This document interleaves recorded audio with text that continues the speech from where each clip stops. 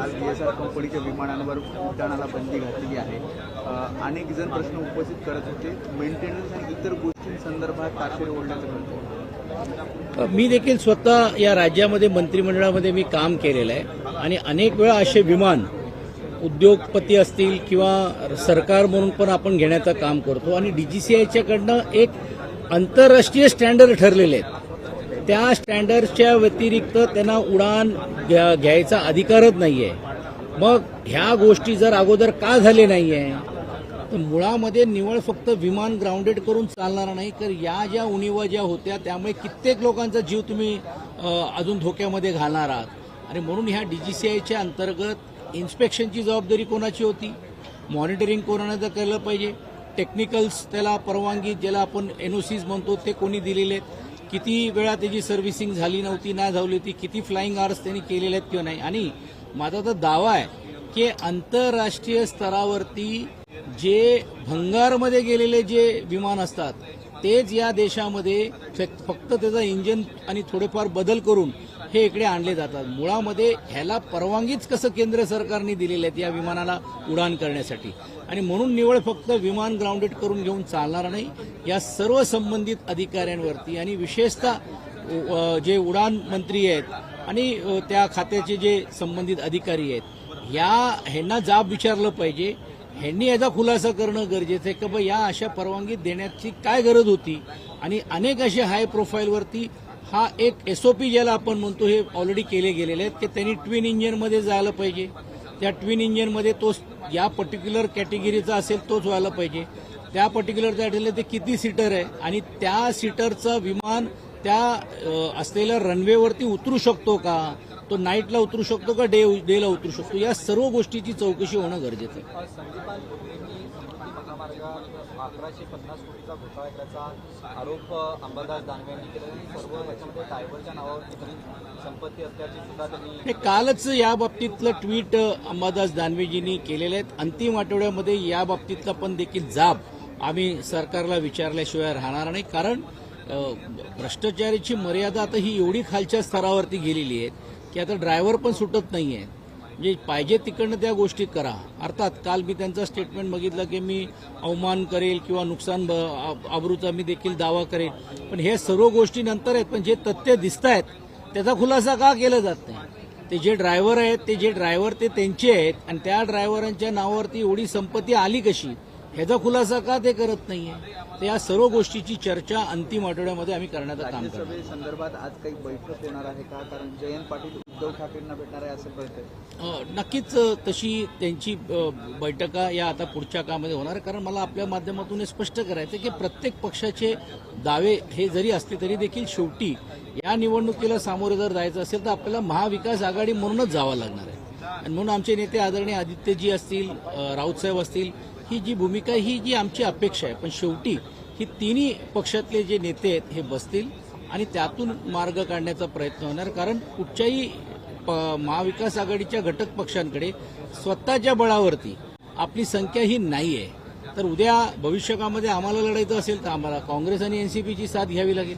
उद्या राष्ट्रवादीचे नेते आदरणीय शरदचंद्रजी पवार साहेबांचा जर ते लढायला तयार असतील, उद्या पक्ष नेतृत्व त्याबद्दल निर्णय घ्यायला गेल तर त्यांना आमची गरज लागणार आहे। तर मला असं वाटतं हे मीडिया स्पेक्युलेशन आहे, सर्व घटकची लोक एकत्रित बसून लवकरात लवकर याच्यातला निर्णय हे घ्यावा लागेल, कारण आता नोटिफिकेशनच आलेलं आहे तर तुम्हाला टाइम डेडलॉक तर आहेतच, पण या आठवड्यात उद्या गुरुवारी महाविकास आघाडीतले आमदारांची बैठक होणार आहे।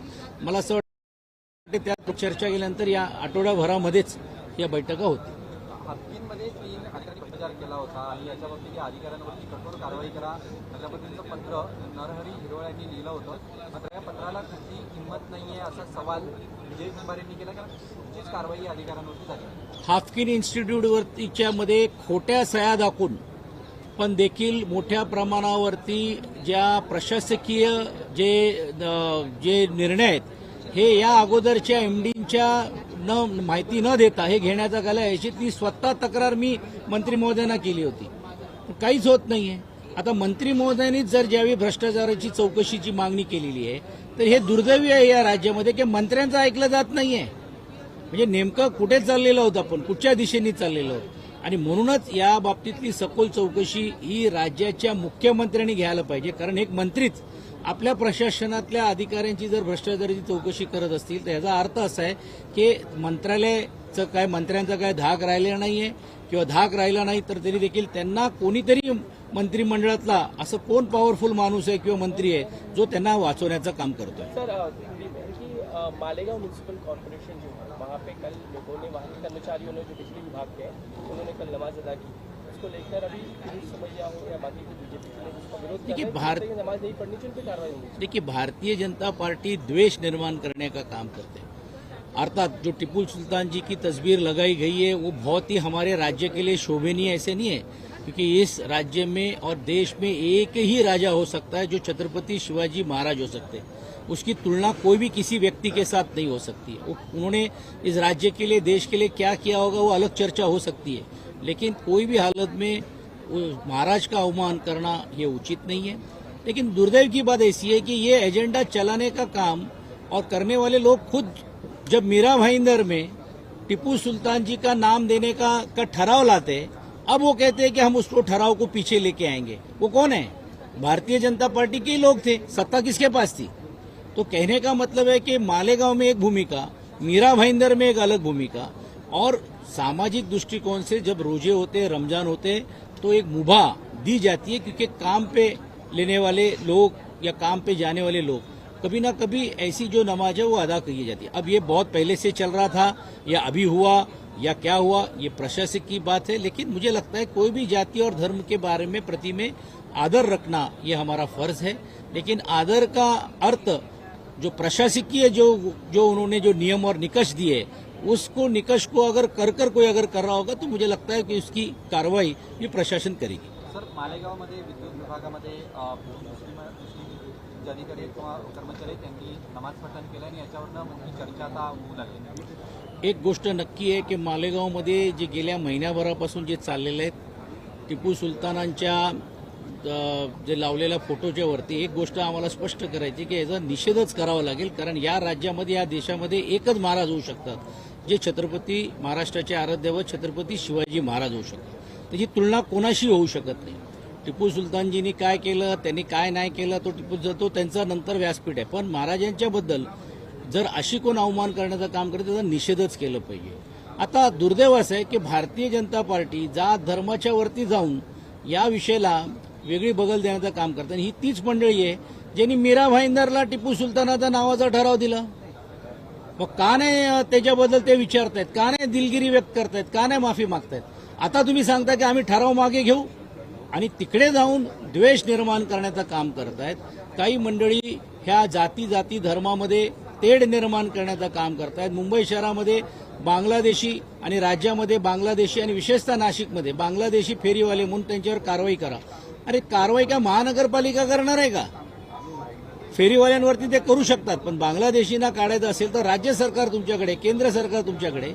मला असं वाटते की कुठेही कोणी कुठच्या धर्माचा जर नमाज अदा केली किंवा प्रार्थना केली, प्रशासकीय याच्यामध्ये निकषमध्ये जर ते बसत असेल तर नक्कीच त्याला ती मुभा द्यायला पाहिजे, कारण रमजान आणि रोजे चाललेले. पण त्या निकषमध्ये जर नसेल तर मला असं वाटते प्रशासनाने योग्य ती कारवाई करणं गरजेचं आहे. सध्या अनेक जिल्ह्यांमध्ये पोलीस भरती सुरू आहे आणि अशामध्ये मैदानी चाचणी असताना प्रशासनाचा एक कारभार समोर येतोय, ते म्हणजे उंचीचं कारण दाखवून अनेक उमेदवार जे आहेत ते अभद्र ठरत आहेत. अनेक त्रुटी समोर येत आहेत. त्याच्यामध्ये काय वाटतं? या 2-3 तक्रारी याच्यामध्ये आलेली आहेत. एक तर मैदानी आणि ज्याच्यात आपण छाती म्हणतो त्याच्यामध्ये पण देखील पाऊण इंच पण देखील कमी झाली तर ती तक्रार आहेत. पण तो मला असं वाटते सर्क्युलर पोलीस विभागाने या अगोदरच देखील काढण्याचं काम केलेलं आहे. या निकषमध्ये जे बसतील तर त्यांना घ्यायलाच पाहिजे. परंतु त्याहीपेक्षा वाईट अवस्था अशी आहे की पोलीस भरतीसाठी हजारो नाही लाखो लोक जे येत आहेत त्यांची कुठचीही सुविधा त्या केंद्रांवरती केलेली गेली नाहीये, गृह खात्याने केलेली गेली नाहीये. म्हणजे राज्यातला जो तरुण रोजगारासाठी आणि विशेषतः या देशाची सेवा करण्यासाठी भरतीमध्ये प्रक्रियेमध्ये घेत असताना पण रोडवर त्यांना बसावं लागतोय, रोडवर झोपावं लागतोय. 1-1, 2-2 दिवस हे इकडे येऊन त्यांना मैदानी करण्यासाठी किंवा जे आपण एक्सरसाइज करण्यासाठी ज्या गोष्टी पाहिजेत तेही देखील सुविधा उपलब्ध न करून देणे हे दुर्दैवी आहे. आणि म्हणून आपण म्हटल्याप्रमाणे की ह्याच्यातला जो परिपत्रक आहे ही परिपत्रकाची चर्चा देखील आम्ही पुढच्या काळामध्ये करणार आहोत. तसंच बुलढाणा जिल्ह्यातल्या एका तरुणाचा देखील आज घाटकोपरमध्ये रेल्वेच्या भरतीसाठी आलेल्या तरुणाचा मृत्यू झालेला आहे. मी म्हटल्याप्रमाणे की कुठच्याही प्रकारे या लोकांना सुखसुविधा जे देणं हे राज्य सरकारची जबाबदारी आहे. एवढे हजारो लोक ज्यावेळी येतात, लाखोच्या संख्येने लोक ज्यावेळी अर्ज करतात, तर हे यांना अगोदर माहिती आहे की एवढी भरती आहेत आणि एवढी लोक येणार आहेत, त्या सुविधा केली पाहिजे. माझं तर वैयक्तिक मत आहे की सामाजिक संस्था, राजकीय पक्ष ह्यांनाही आव्हान सरकारने केलं असतं तरी देखील त्यांनी केलं असतं, पण ह्यांना ह्या गोष्टी करायचं नाहीये. निष्काळजीपणा आहेत. निवळ फक्त काही ठराविक लोकांना डोळ्यासमोर ठेवून या भरतीय प्रक्रियेला कोणाला मदत करण्याचा प्रयत्न होतोय का असा देखील आहे. आणि म्हणून असे दुर्दैवाने जे मृत्यू होत आहेत ह्याला पूर्ण जबाबदारी ही राज्य सरकारची आहे. सर सवाल ये कि मालेगांव का तो एक मामला है, लेकिन खासकर बांग्लादेशियों को फेक सर्टिफिकेट देने का मामला डीएमसी से जुड़ा हुआ सामने आया कि एम वार्ड में इसी तरह से फेक सर्टिफिकेट सिर्फ बांग्लादेशी को फेक सर्टिफिकेट नहीं, लेकिन आधार कार्ड कैसे मिल रहा है, रेशन कार्ड कैसे मिल रहे हैं, सरकार की योजना कैसे उनको मिल रही है, तो सरकार सो रही है क्या? सरकार की जवाबदारी नहीं है? जब पर प्रांतियों के बारे में बात होती है, आज अंतर्राष्ट्रीय स्तर के ऊपर ये लोग आए कैसे? मेरी तो और जानकारी है कि जिन जिन लोग को डिपोर्ट किया गया है वो अलग अलग तरीके से वापस उस जगह पे या आजू बाजू के जगह में आ रहे हैं. तो मुझे लगता है ये सिर्फ बताने का काम किया, बोलने का काम किया जा रहा है. कृति में जो जिस तरह से काम होना चाहिए था वो दुर्दैव से हो नहीं रहा है. धन्यवाद. सर, एक इंग्लिश में कैसा